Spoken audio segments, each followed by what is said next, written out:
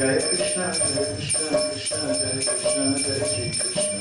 Jai Krishna, Jai Krishna, Krishna, Jai Krishna, Jai Shri Krishna. Radhe, Radhe, Radhe, Radhe, Radhe, Radhe, Radhe. Radhe, Radhe, Radhe, Radhe, Radhe, Radhe, Radhe. Radhe, Radhe, Radhe, Radhe, Radhe, Radhe,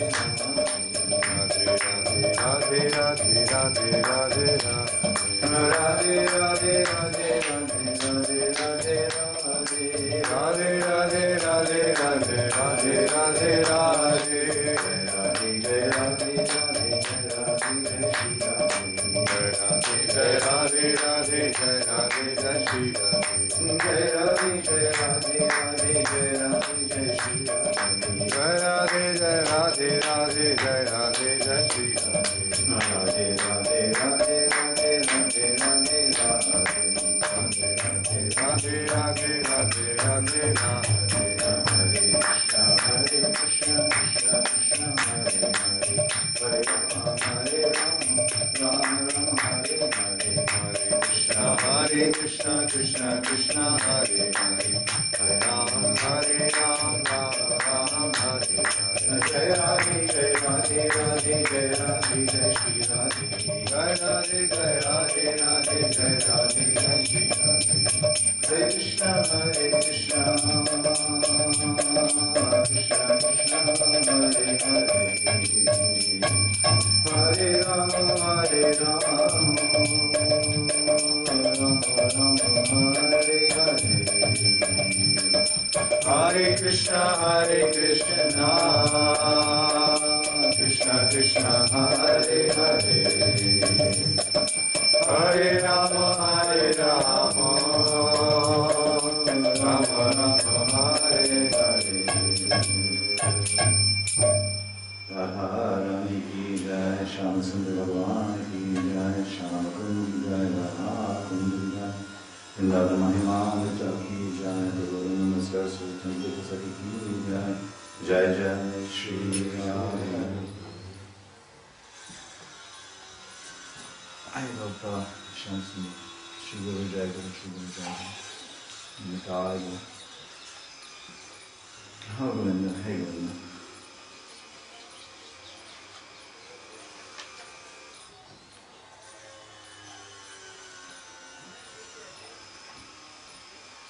We're reading from Shataka 8, Chapter 8 of Vrndavana Mahimamrta.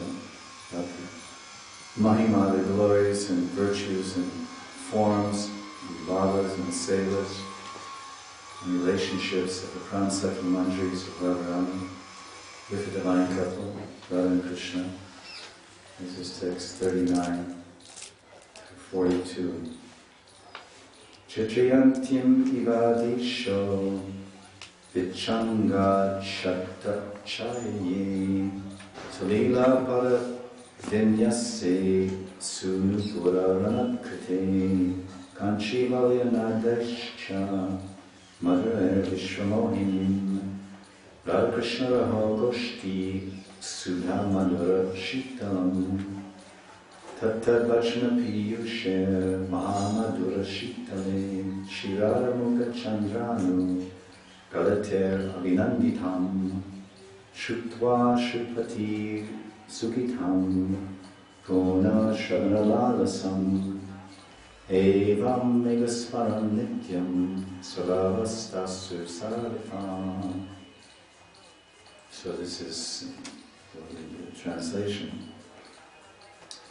Radharani's Pransaki Priyasaki Manjari, she illuminates the 10 directions by her bodily effulgence. We've heard this idea before. She enchants the entire world by the sweet movement of her feet, the tinkling of her ankle bells, the sound of her bangles. She refreshes herself by drinking the nectar of Radha and Krishna's secret talks. I don't think we read this particular phrase. Radha Krishna Raho Goshti, Sudha Madhura Shitalam. So Madhura Shitalam, Sudha Madhura Shitalam. The Radha and Krishna's Raho, Rahasya. Mahagoshti, there are secret talks, they're pure sweetness and very refreshing. Shitalam means cooling, like Shitoshna Shukadukada. Bhagavad Gita. Now we're experiencing Shitosh, not Ushna. Ushna means heat, warmth, garam. Sitoshna Shukadubada, Matras Parshastakomkaya. Hang in there, Arjuna. It's all temporary, it's all duality. Don't be affected. So we have to remember these hollow words, these sacred words of Bhagavan on these freezing cold nights and days. Just tolerate, just tolerate, just tolerate and chant. And then you'll get tired. Tolerate and you'll get tired. The mantra is ever blissful by relishing the refreshing, sweet nectarine words from the mouth of Sri Radha. Sri Radha Mukha Chandranu, Gaditer Abhinanditam. I wonder if it says Gali. How do you spell Gali in Hindi? No. G-A-L-I or? G-A-L-L-I. Oh God, that's different. Okay, and then by repeatedly hearing those words of nectar from the mouth of Radha, the Mandri Sakhi becomes simply jubilant. She becomes Shutva Shutvati Sukhitam Puna Shravana Lalasam. And she hankers Lalasa for more and more. She wants to hear more and more of Radha's sweet talk, Madhura Vacha. Just meditate on these pastimes, and if you can't do that, then live in Vrindavan and hear these topics. So, either way, meditate on them wherever you are, or stay in Vrindavan and hear them, and then you'll see them, because of Vrindavan's blessings. Vrindavan has the power to give darshan of Radha and Krishna. Elsewhere, if you have the power to see Radha and Krishna in your meditation, then you're very fortunate. Very difficult. But in Vrindavan, you may not have the power to do smaran because of impure mind, disturbed mind. But because of the power of Vrindavan, if you simply hear about the leelas of Radha and Krishna, then you'll get that darshan just by hearing.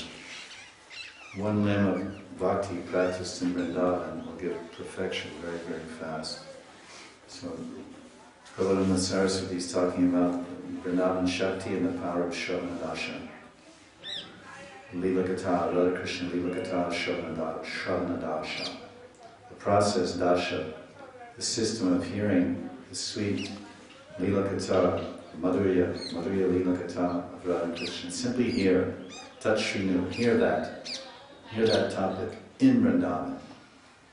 And you see how Vrindavan creates the automatic smaran, not only smaran, remembrance of those topics that you've heard, or even darshan, those leelas that you've heard.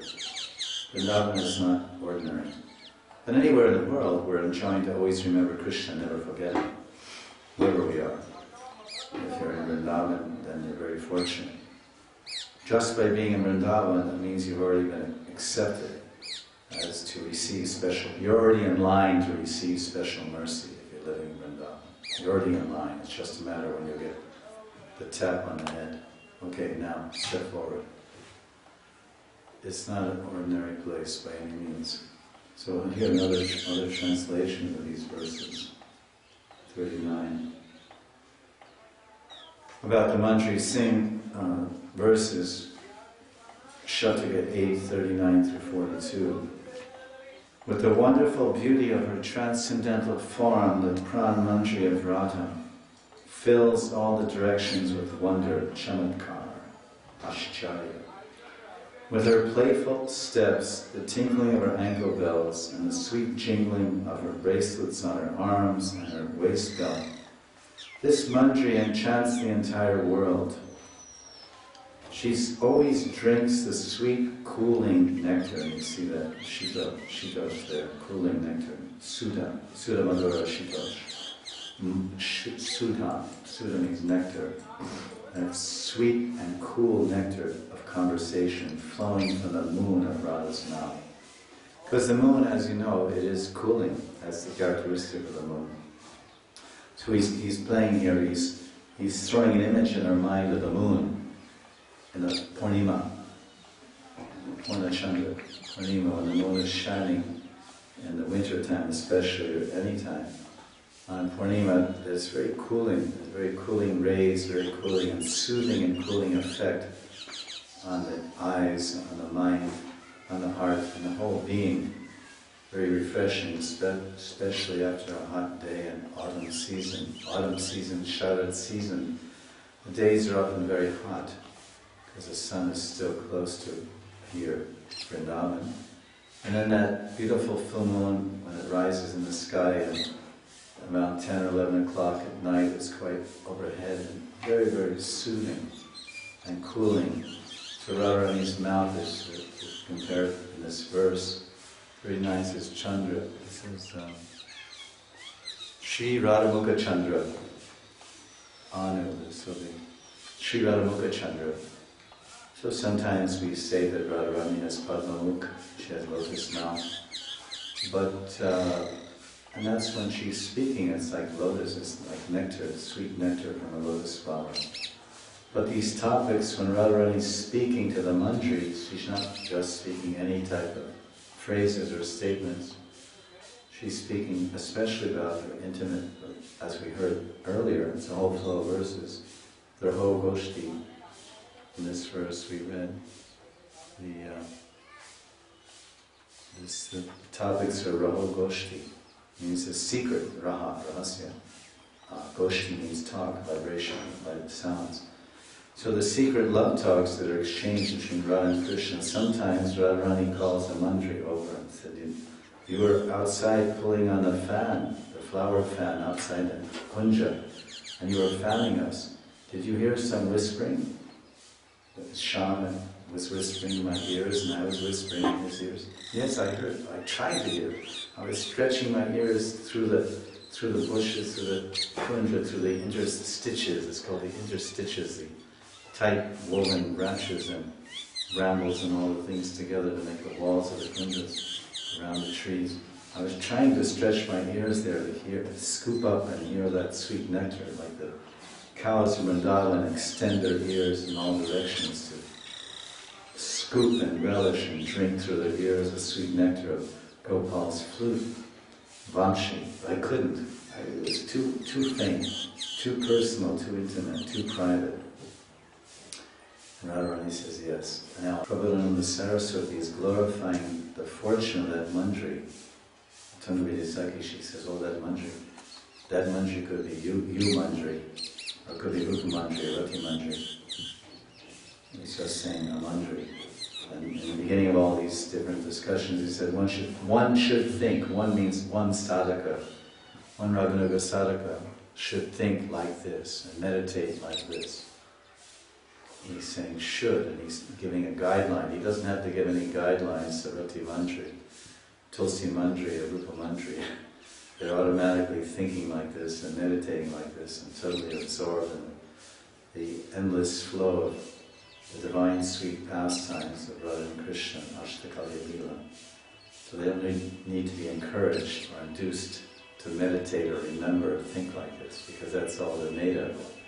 They're only made of memories and thoughts and actions and words glorifying Radha and Krishna's Rahasya Madhurya Lila. So these are instructions and Leelas and teachings for us. It's the Vrndavana Mahimamrta. It's the nectar of Vrindavan which we're anxious to relish. He says Srimukha Chandra, so when you have one side you have this moon with its cooling rays, and then he says that this mandri, she's drinking. He says that she always drinks the soothing, the cooling, what is this? It's relishing, refreshing, Mahamadura Shitale Radhamukha Chandra, refreshing words, Mahamadura Shital, like Shital pain balm. We call this Shital Prem balm. We're using the word shitale, which means shital. Shita means cooling, so usually when people have pain, it creates a sense of heat. When muscles are strained, or so you feel hot, or some pain, so if you put something cool there, even some ice cubes, it'll feel better. So that's the idea of shital. So this is Shital Prem Balm, which is the Mahamadura Vacha the Raho Goshti. The Radha Krishna Madhurya Leela Raho Goshti. So this Manjari, she's appreciating that. And she's always drinking this sweet, cool nectar. So nectar pours from the moon. The somaras, the sweet nectar drops which refresh us and cool us on a hot summer night. So now that moon has appeared in Vrindavan. And it's the moon of Radharani's Chandra Mukha. So it's her Shri Radha Mukha Chandra. Now her beautiful, sweet mouth and lips are not being compared to a lotus flower, but to the moon. Because she's going to pour nectar through that moon of her lips, the moon of her face, with Sri Radha Mukha Chandra. She's going to pour nectar into the ears of the Manjari about her sweet, intimate love talks with Radha and Krishna. It's called Nikunja Rahasya Katha. There's one prayer by Rupa Goswami in Savamala, it's called Nikunja. It's Surata Katamritam. Surata Katamritam. There's a very intimate talks, and there's another, maybe that's by Vishnu, but there's another poem describing the intimate love talks between Radha and Krishna. It's called Nikunja Rahasya Stava. Nikunja Rahasya Stava, or Stava. It's just a poem. And it's in a mala, it's in a collection or a mala called the Stava Mala by Rupa Goswami. There's many different flower-like prayers in there that are linked together to make a mala. And when subsequently Raghunath Das Goswami collected many poems, but he called it Stavavali. Avali means a series of a row of stavas. So he took the name of Stavavali and Stavamala.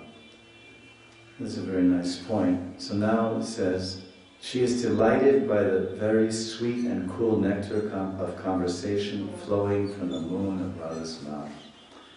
Eagerly and happily hearing these descriptions again and again, and even though you have never directly seen any of this, you only know of its existence by words, you should meditate on this always, in all conditions, and please reside in the beautiful forest of Vrindavan, because that will make it all possible. Because that's where all these beautiful topics you're hearing about are being enacted and being portrayed in the forest of Vrindavan. So you're in the right place, in the right time, and you just have to be in the right space, in the right frame of mind to experience the apricot Leela of Radha and Krishna Vrindavan. The Leela is eternal and it's eternally manifest, but it's only manifest to the eyes of love. Premanjana Charita Bhakti Vilo Shanina Santat Sadeva Yeshu Vilokayanti Yam Shama Sundara Chintya Guna Sarupam Govindamadi Purusham Nam Rajami. Shama Sundar embracing Radha, Yugal Sarup, Radha Kishore Kishore Yugal Sarup. They're ever embracing and loving reciprocation in Vrindavan. So this is the place to be, to experience all these wonderful things. Well, there's some other sections here in chapter 9 in which we can hear more of the glories of the Manjaris, because we're discussing this whole topic. It's the 18th topic we discussed in Vrndavana Mahimamrta. It's about the Kalidasi Mahima of Radharani, the tenderly protected, sweet maidservants. So this is chapter, or Shataka 9, verse 55 through 64.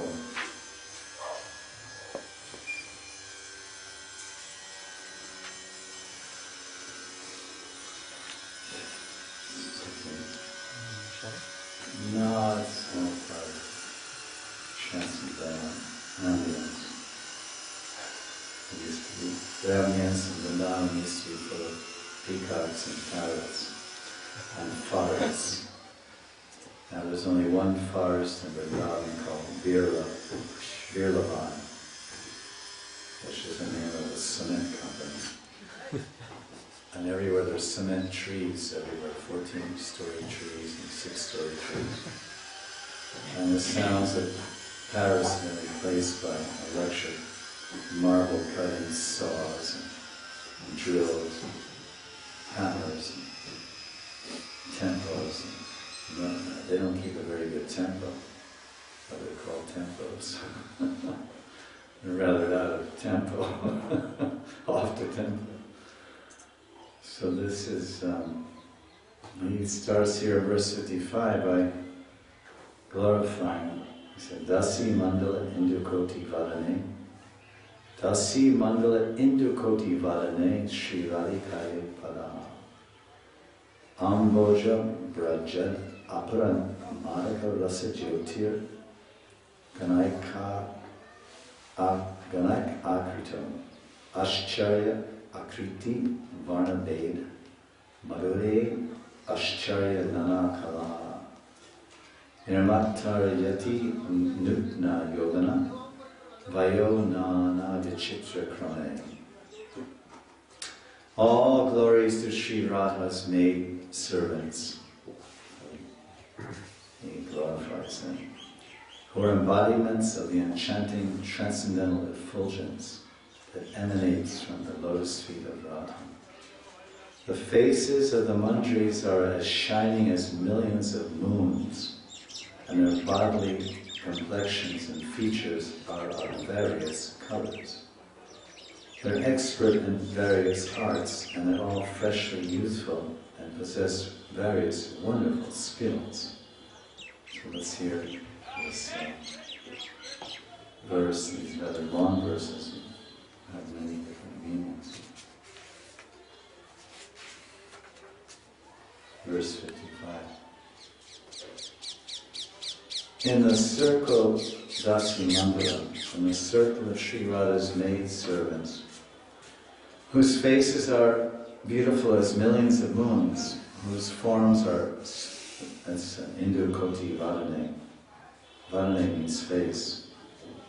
They're as beautiful and radiant as millions of moons, Indukoti, and whose forms are splendid with the limitless glistening nectar of Radha's lotus feet, who are sweet with wonderful varieties of forms, wonderfully expert in many arts, and they shine with the wonders of youth. Among them there is a certain, this is the next verse, okay. Murtim Kanchana Dravaruchim Saumyam Mahasundarim Pratyanga Uchala Antaparavahitam Snigdha Acha Gorachatam Kaisharina Manoharam Urasija Swarnab Swarnabja Kusha Dvayim Sambitambara Kanchakena Vivasad Daravalim Vivrantim. One of the maidservants of Radha is very beautiful. Her bodily colors like molten gold. A pure, soothing, unlimited golden effulgence emanates from each of her limbs. She's in the prime of her youth, and she's dressed in yellow garments and decorated with various wonderful necklaces. And so he says, among them, there's a certain gentle, noble, very beautiful girl, whose complexion is as splendid as molten gold. Her limbs shine with a limitless, fair splendor, with charming youthfulness. And she's a general audience. It's better that way. And so that's 656 and now 57. Madhye Keshri Vat Krisham Pritukatim Chitra Mimash Chatikam Doravali Vilasan Mahadmuta Mani Keyura Chiratanim Karnodva Adutta Karnapura Vilasat Pankadivya Chapam Srinas Tila Pushparatna Kanakad Vada Swaran Muktikam. Some better knows you. Her round waist is as thin as that of a lion and decorated with an opulent cloth or sari dress. Her creeper-like arms are decorated with jewel-studded bangles and armlets. She wears brightly shining earrings. Her nose is like a sesame flower. I've always wondered what that looked like. Has anyone ever seen a sesame flower? It's often told that there's Srinas Tila Pushpa. Tila, of course, is sesame. And Nas is nose. Her beautiful nose is like shaped, I suppose, the shape of sesame flower. It's decorated with a jewel and pearls set in gold. Pretty standard jewel. I mean, her nose from underneath her nose hangs under here. I don't know how you get used to that. I was trying to imagine one time. What is it like having a nose, a pearl hanging, a round pearl hanging out your lips all the time? You're talking. I guess you just don't feel it after a while. You ever worn on it? No, it's not done so much. Married women wear? In North India. I know that, that's pretty obvious. Everyone knows that. Yeah, on the side. But I have rarely seen this on the nose. I have seen it very rarely. Krsna wears also. So I guess it's an ornament of beauty to accent to increase the beauty of the attraction and beauty of the lips, and the attraction to the lips and the nose of the lover and beloved, obviously, and enhances their beauty. Ornamentations are used to enhance the beauty, and there's so many other things. There's pastimes where Radharani looks shyly down, she casts her face down like this. And she looks at her nose pearl and sees Krishna's face reflected there. She uses the lavanya, the motika lavanya. Lavanya means the radiance, a natural mirror-like radiance of a pure pearl. And it's like a mirror. So she looks down. Like some people, they have a crystal ball, these palm readers and tantrics, and they look into the crystal ball and they can see faces and images. They can see, sometimes you see movies like this. But in the crystal ball, you see the face of the person that's going to come and kidnap someone or whatever. They see things in the crystal ball. So the nose pearl serves like that. If Krishna, sometimes he stops the gopis and Dan Keli, Leela, and then Radharani may look shyly like this and cover, her face is covered to hear, not her nose pearl. And Krishna is taunting them and teasing them and trying to extract attacks from the gopis for passing through the narrow passage in Govardhan, Gati. And she's looking like this, appearing very shy, but actually she's looking at Krishna's reflection in her motika, our Srinasa motika, the nose pearl. That he planted the pearls in the ground at Moti Kund in Nandagram. There's some area there behind Nandishwar. Came up, little bushes, and so many pearls started to appear in those bushes for the desire and will of Krishna. That's pretty amazing. Those pearls come from oysters in the ocean. But Krishna's prasya shakti vividaya shriyate subhavaki jnana palakricha. He can do anything just by his ichcha shakti, his desire potency. There's no limitation for God. At any rate, that's how the Leelas described. The pearls were put in the earth and they sprouted, and bushes came up and they were heavily laden with pearls, a heavy crop, a crop of pearls, heavy crop, heavy harvest. And Vishnu describes that they were multicolored. They were red and blue and yellow and purple and all different colors, naturally, not dyed artificially, which maybe people can do, most people. And they were different shapes, and all beautiful, and they were fragrant. And they cast an amazing fragrance for kilometers, all the way to Barsana. They went that far, because that was all as far as it had to go. So I went from Nandagram to Barsana, and Radharani and all the gopis, what is that? And then Gargi or someone said, Vrindadevi said, I believe that because I've just come from Nandagram, from Multikund, and I think it seems that that's the fragrance from Krishna's pearl crop. And I said, what? What is this? This is unbelievable. It smells like the parijat flower from heaven. And it goes in a bad breath. People watch this, they'll say, what is this section all about? So this is text 56, and I said that. She wears all this. 57. That's also good. I said that. Have I read the second translation? Her waist, the manjari is slender as a lioness's waist. Apparently the female lion has a thinner waist than the male. That's usually the standard.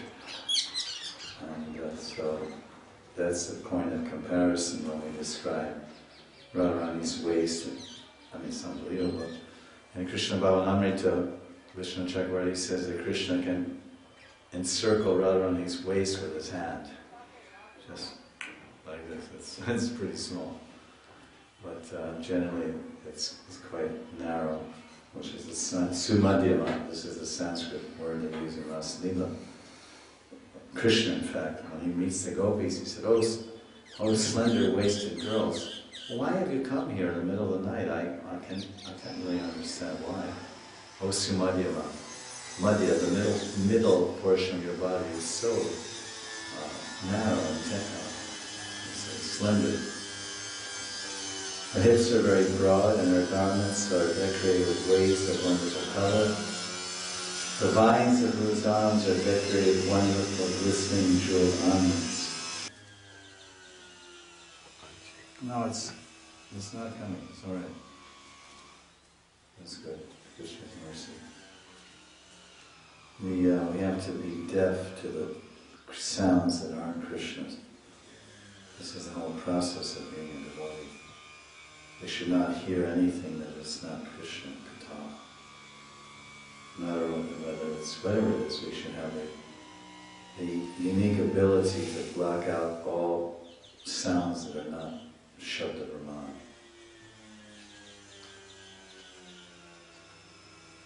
Offensive talks or envious talks, mundane Ramya Katha, Gram, village talk, Lokik Samachar, Vox Populi, voice of the people, news of the world. We should block all these things out and only record in the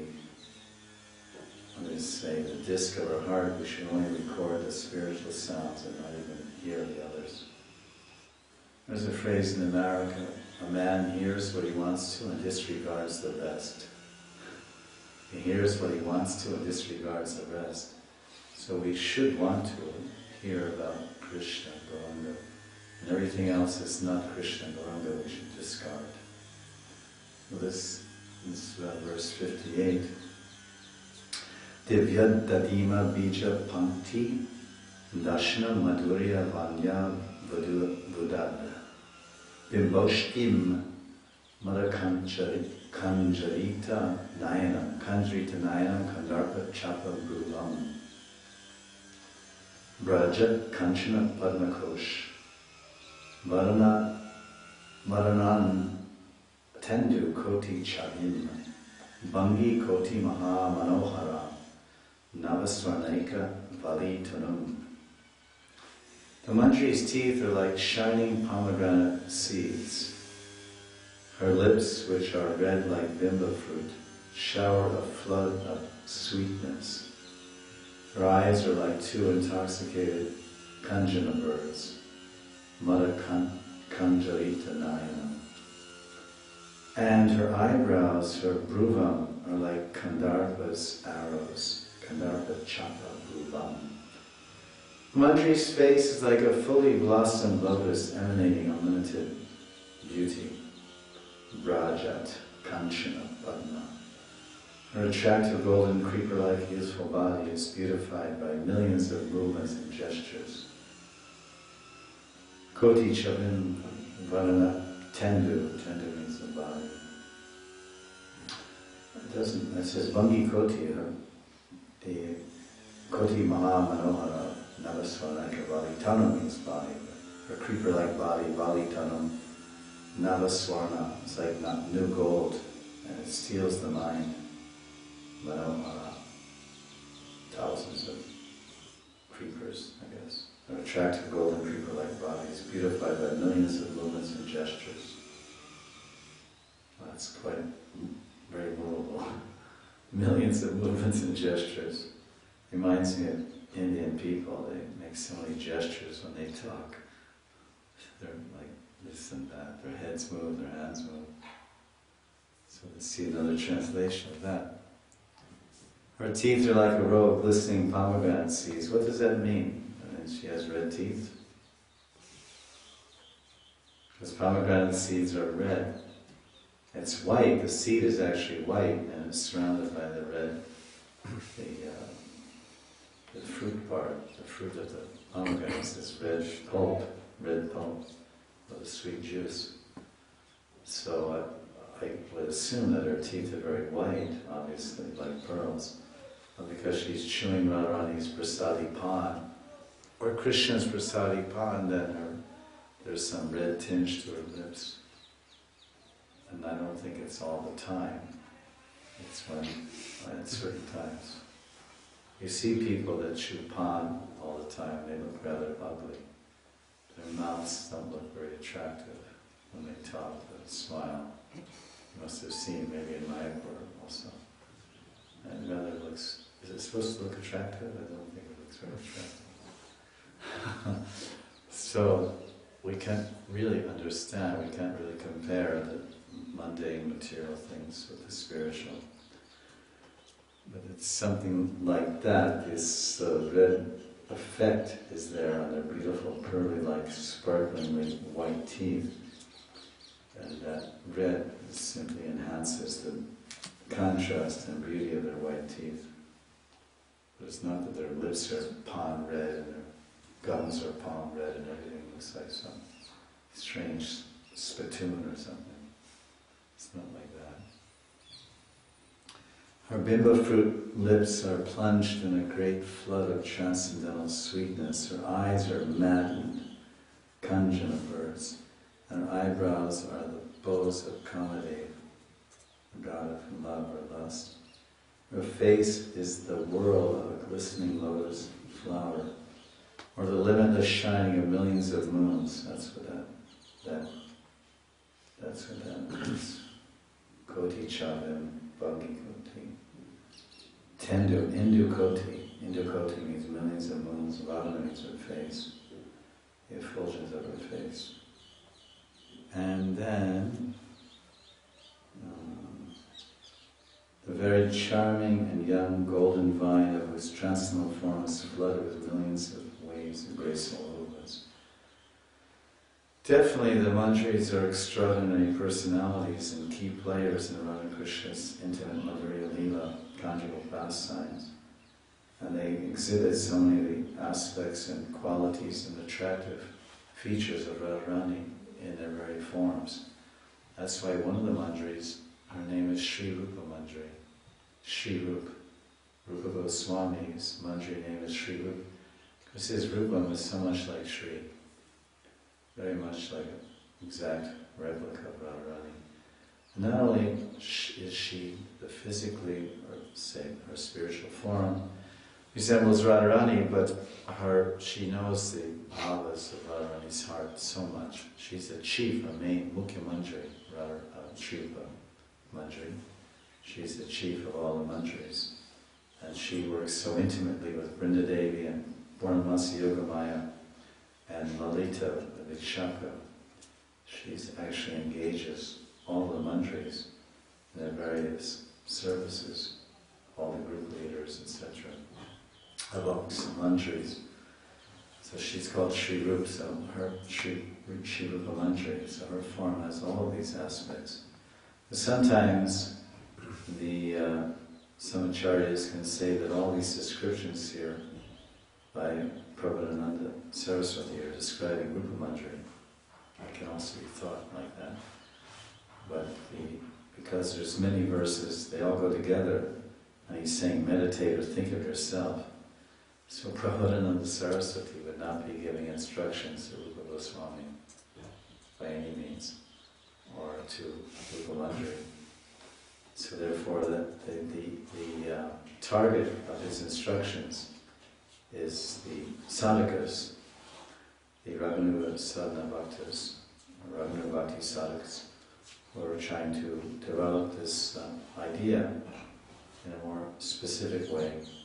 Because even if one gets Ekadash Bhav from a guru, and he's told the 11 features of his sarup, they only tell the complexion and the dress, the color of the dress, the hangra, whatever you call it, the chunari, and the color of the complexion, the skin tone, and then a particular mode of bhav, madhya, bhavya prakar, dakshini, etc. And some seva, one seva, but to have familiarity with all these other aspects, which are like the full picture, that will come by one's meditation on that template or that basic direction given by Guru. In many lines they go like that. Or when he's meditating like this, he doesn't have Siddha Pranali, but he's thinking like this in a general way, desiring to have the suitable form and consciousness and bhav and feelings to serve in Radharani's pastimes, and engaging in Nam Bhajan and Panchanga Bhakti, and the service of Hari Guru Vaishnava at the platform of Bhava, then everything will become clear. And even oftentimes what one's desiring or even picturing will be awarded to him. Because the fine points, basically one has a seva sarup, jivara sarupaya Krsna nityadas. But the sarup is a facility, is the being, that jiva has a body, a transcendental body.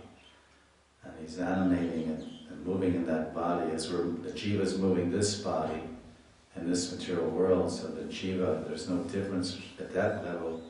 In the spiritual body, there's no difference between the inside and the outside. The body is totally consciousness. Now the jiva spreads his energy of consciousness through the facility of this material energy that's encasing him and giving him a material body which he moves and acts in. But the spiritual body is just that, it's Satchidananda Vigraha. It's just made of consciousness, eternality, bliss and knowledge. As we didn't hear about in Ishopanishad, there's no inside or outside of Krishna's body. It's transcendental. One will engage in service of the Lord according to his sthairati, his eternal relationship with the Lord, which is in a seed form, received in a seed form initiation.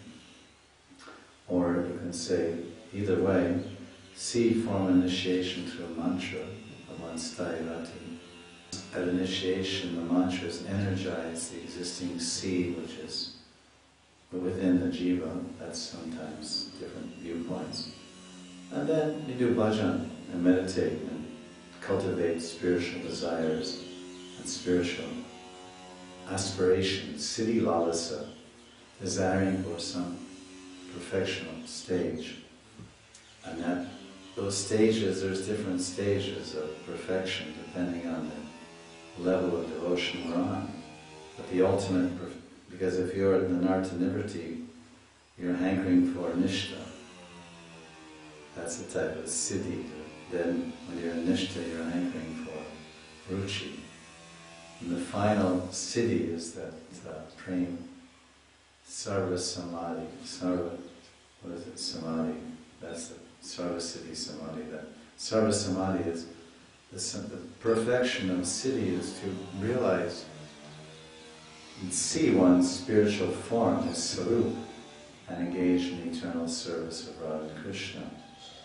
And leaves this body, enters Bhoma Vrindavan, and that sarup, and cultivates the final internal lavas and purvarag and so many other deep transcendental emotions and different levels of prema according to your sthairati by associating with nitya parishads, being trained by them and taught by them.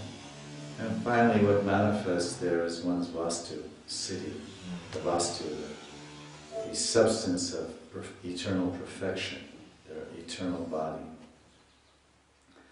And so the details, as we may in our meditation create a desired form and mood by which we want to serve Krishna. And it's unlimited, so Krishna can say, oh, you're meditating like this and thinking like that, take it. There's no hard and fast rules.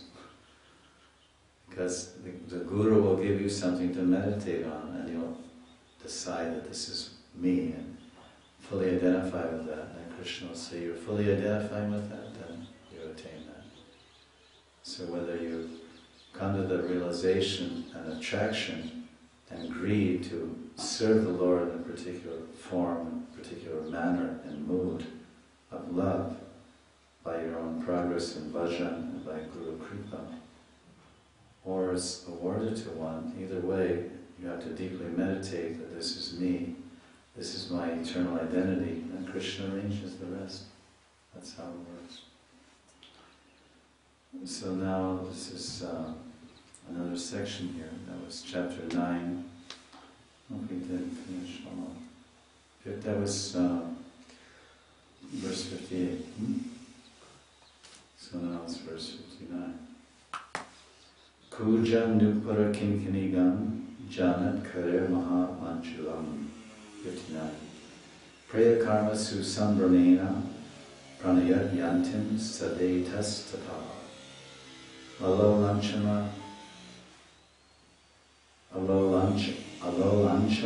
anchala puchanila su tanamanilam nichala vitam vrida bangima mandahas kutilek shari so bhavadbhutam.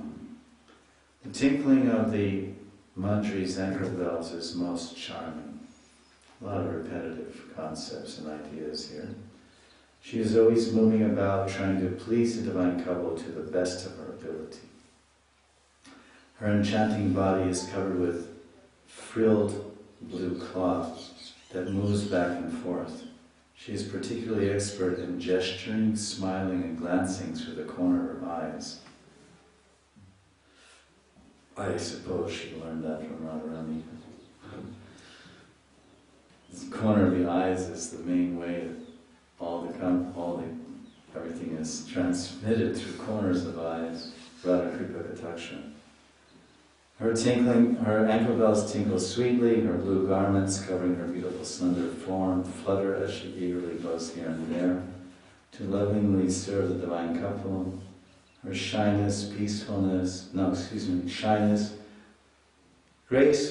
gentle smile, crooked glance, and other virtues are all very wonderful. What happens is, if you hear about something enough, then pretty soon you start to see that you're that. Prabhupada tells the story of making a false thing true. In this case, we're trying to make a true thing truly visible. A true thing truly visible and realizable and perceivable. And he tells a story of Mr. Smith became a ghost. So on Monday morning, everyone in the office decided to play a joke on the boss. So they said, let's pretend that Mr. Smith died over the weekend and became a ghost. And when the boss comes, we'll tell him, we'll react upon seeing him as if he's a ghost. Prabhupada tells the story. So the proprietor of the business, Mr. Smith, comes at 11 o'clock and everyone was already there by 9. So at the desk when he walked in, the greeting, the welcoming person, whatever they call it, what's that person called? You walk in an office or some lady sitting Receptionist. Receptionist. Receptionist lady, she said, a ghost, ghost. And then she saw Mr. Smith and she ran out screaming in fear of seeing this ghost. So, Mr. Smith was thinking, what's wrong with this lady? I'm a ghost? She called me ghost. So then he entered the main office area. Everybody said, what is this? Oh my God. People were screaming and yelling and running for cover and, a ghost, a ghost.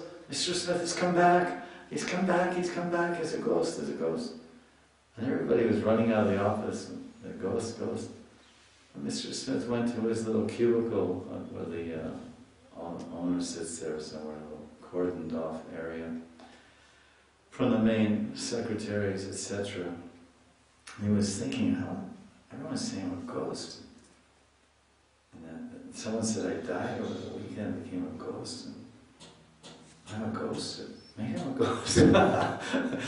So many people were telling him that he was a ghost that he started to think for a moment that maybe he had become a ghost. So I was thinking that if Prabhupada Saraswati keeps telling us over and over again to think of yourself as Radharani's maidservant or Palyadasi, that eventually we'll think, yeah, I'm eternal maidservant of Radharani. Radha Palyadasi. Like Bhaktivinoda Thakur, he sings. And then we start to think, well, this is me. I'm no longer a Purusha, and I'm actually eternal Prakriti and servant of the Supreme Purusha, Purushottam, Lila Purushottam, Sri Krishna. And start to think like that. Of course, we don't want to adopt the mode of Saki Beki, where in the Bengal especially, they identify with their sarup and they start dressing up as ladies with nose pearls and saris and whatnot. That's kind of a farce. It wasn't much appreciated by the cultured, civilized people. Because this is the reality of the meditative world. We may be anything externally, but what we are eternally is maybe something opposite. We may be a man, but eternally have a female sarup. We may be a woman's body externally, but eternally have a male sarup. We may be a coward boy, or a senior coward man, whatever, to serve in Krishna's Leela. So the external form doesn't determine the gender of the external form doesn't at all necessarily determine the gender of the eternal spiritual form. Oh, I'm a lady now, so I must be a gopi. It's not like that at all. It's no matter what form a jiva has in conditioned life, he's in Purusha Bhav. I am the enjoyer. So what we find in the Goloka is that everyone, even the gopas and coward boys and house servants, they're all in Prakriti Bhav. Kinkar Bhav, Kinkar Kinkari Bhav, which means Dasosmi, Dasyasmi. I am a servant of a servant. There's no enjoying mood or bhav there. It's Prakriti Bhav. There's one Purusha and everyone else is Prakriti. Krishna is the one Purusha. That was text 59. I think we read that. This is text 60. Pradanchat Pulakavalim Muhur Ati Snehan Nija Preshtegos Tad Gurantad Ingitanu Salane Santosha Vanya Karim Radha Paksha Parigrahena Daratim Namakriya Dakshatam Shri Shwar Yash Chaneka Sangatat sangatataya nityastitam tat param. Very nice verse there. And it says, Mantri is repeatedly stunned due to intense attachment for her most beloved divine young couple. The Mantri understands Radha and Krishna's intentions and accordingly engages in pleasing the divine couple. Since the Mantri is partial to Sri Radha, Radha Sneha, Adhika, she is especially expert in the arts like joking and teasing. She is always eager to serve the lotus feet of her life and soul, Sri Radha. That's text 60, and here he says, her bodily hairs stand erect out of great love for the dearmost divine couple, who understanding the divine couple's hints expertly acts to please them, who is expert at joking in the company of Radha's friends and maidservants, who is eternally devoted to the feet of her mistress, Sri Radha. So when a Mantri is with the other gopis, then she's very good at joking and teasing. And obviously she'll be making some jokes at the expense of Krishna. She'll be joking with Krishna or teasing Krishna. And all the gopis will enjoy her antics and entertainment. And Krishna will become duly embarrassed and turn different shades of purple. Because when you're embarrassed, you become red. Your face becomes red. But if you're blue, and your face becomes mixed with red, then you become purple. Because blue and red mix purple. So Krishna turns purple with embarrassment. That's like the forest of Vrndavana. Krishna could not understand when he was waiting one afternoon at Radhakund. And he was looking around everywhere and he saw everything was at a beautiful sham effulgence everywhere. Like a beautiful blue color was pervading the water and the sky and the land and the trees and all the forest, the air was so much beautiful sham ram, beautiful dark blue. Because it was simply reflecting his effulgence, his jyoti. Then he noticed as he was gazing across Radhakund into the forest and he was praying to Radhakund, "Oh Radhakund, please be merciful to me. Please bless me with the darshan of Radha."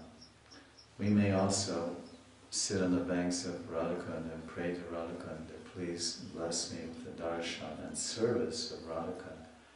And this is the parampara of Krishna. Bhakta is following Krishna's teachings and example.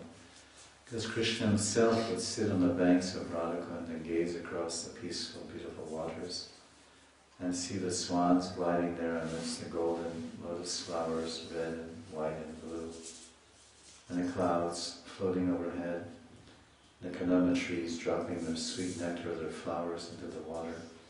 And then he'd be lost in reverie of Radharani's form and seeing her form and different aspects of Radhakund.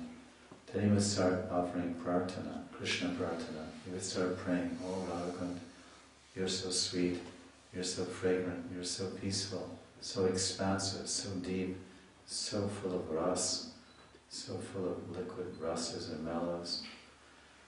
Please bless me that I can have darshan of Radharani and attain her service today. I want to serve Radharani." And everything has this bluish tint everywhere because it's reflecting the effulgence of Krishna. Then as he's praying like this and looking at Radhakund, all of a sudden everything turns emerald green. It becomes green. And he's thinking, and then he becomes a little bewildered.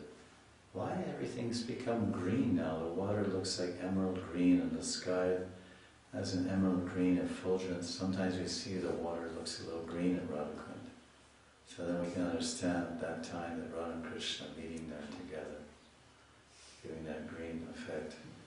And the forest has a green look and light inside the forest looks type of green. And then Krishna, he sees that with his eyes. Then he smells something with his nose, a divine heavenly fragrance of kasturi and musk and so many lotus camphor, so many fragrances. And then he hears the tinkling of Radha's ankle bells. Then Radha appears. And then he understands, oh, Radha's effulgence has mixed with my effulgence. Her beautiful golden effulgence has mixed with my blue effulgence. Because when you mix blue and yellow, you get emerald green. So this is how we get these different colors in the Leelas of Radha and Krishna. So when the Mandris are teasing and making jokes among the Sakhis, teasing them about their pastimes or exchanges with Krishna, or telling jokes about Krishna, and Krishna may be eavesdropping because he likes too much to eavesdrop. Where do you think this tendency comes from? The tendency to read somebody's SMS messages when they're not looking, or the tendency to see what the missed calls are on someone's phone, or to listen to some conversation. This is called eavesdropping, snooping around, snooping and spying, eavesdropping. All these tendencies come from Krishna. He spies, the Mandris spy, he spies, he eavesdrops, he snoops around. All these things go on. So that's, he's eavesdropping, and when the Mandris are teasing, making jokes, and all the gopis are laughing, he becomes extremely embarrassed, and as I said, he turns purple with embarrassment. Because red and blue make purple. So this is the unfortunate situation of Krishna, that he's the butt of jokes. He's the butt of jokes among the Mandris and Sakhis. And the elderly gopis of Vrindavan, they don't think twice about using the most abusive language, the most abusive rebukes and chastisements. It's actually called gully. Gully is like heavy, bad talks. You could say gully comes from the gully. It's like dirty talks, isn't it? And Krishna loves it. He considers the rebukes and chastisements of the elderly gopis when sometimes they're in the house. The gopis, the elderly gopis and their husbands are in the house. It's sunrise, and everyone knows it's sunrise. People usually wake up and they go out to the fields and they do some important activity out there in the fields when they wake up. So Krishna likes to latch the doors of the grihastas' houses from outside, because children are very playful and mischievous. So he latches the door, and then the people can't get out, and they see him running away with his friends, giggling and laughing. And the elderly gopis yell out the window, "You this, that, this and that." And so much heavy talk, gully language, gully basha, heavy talk, heavy language they use on him, and he's laughing and laughing. He's laughing about locking them in their houses when they have to go to answer the call of nature, and he's laughing even more. And then he even turns to Madhu Mangala and he says, "Madhu, you know something? I like so much this gully, this curse words and heavy words of these Brijbasi ladies. I like it more. You know, Madhu and Sriram, in the afternoon, and Apurvan Leela, we come back with the cowherd boys and the cows, and Brahma and Shiva and Varuna and Indra, they all come down and they start reciting so many prayers from Samaveda and Rig Veda, this, that, the other thing. So much chandas and Sanskrit meter and beautiful kavi and poetry. And I can't stand it. It doesn't move me, it doesn't make me happy. I don't find any satisfaction, peace, or happiness from their elaborate utterings. Om Tad Vijnam, and this on and on and on. I can't wait till they're done. But when I hear this gully, these dirty talks and rebukes and chastisements, it's the sweetest nectar music for my ears. I love it. So that's Krishna. So he likes to be the butt of jokes, and he likes it when the Mandris tease him. And sometimes Krishna has to bow down at the feet of the Mandris and beg for their mercy. It's inconceivable, but it's true. He tries to get the favor of the Sakhis, and I said, no way, don't even try. Take your case elsewhere. We don't want to hear your empty petitions and false talks of reconciliation with Radha. So then Krishna, very unhappy and dragging his chin along the ground, and he walks a little further and he meets some Manjaris. Hey Manjaris, can you help me? Oh, you? And they tease him. Who can help you? You have no allies anymore. And they tease him. So this is being glorified here by Prabhupada Saraswati. These Manjaris are so expert in the arts. It's an art. Joking is an art. There'll be a joke story. It's like in one of the kalas. Narma kala. Narma kala means the art of joking and teasing. So all these arts will be learned either here or there, and they'll be used for the pleasure and service of Radha and Krishna. Vrndavana Saraswati ki jai, Vrndavana Mahimamrta ki jai. So the next class will be Sunday, hopefully. Next Sunday be a new year or what? What's happening? What's the date? No. New Year is, I believe, on Tuesday. Jai Jai Shri Radha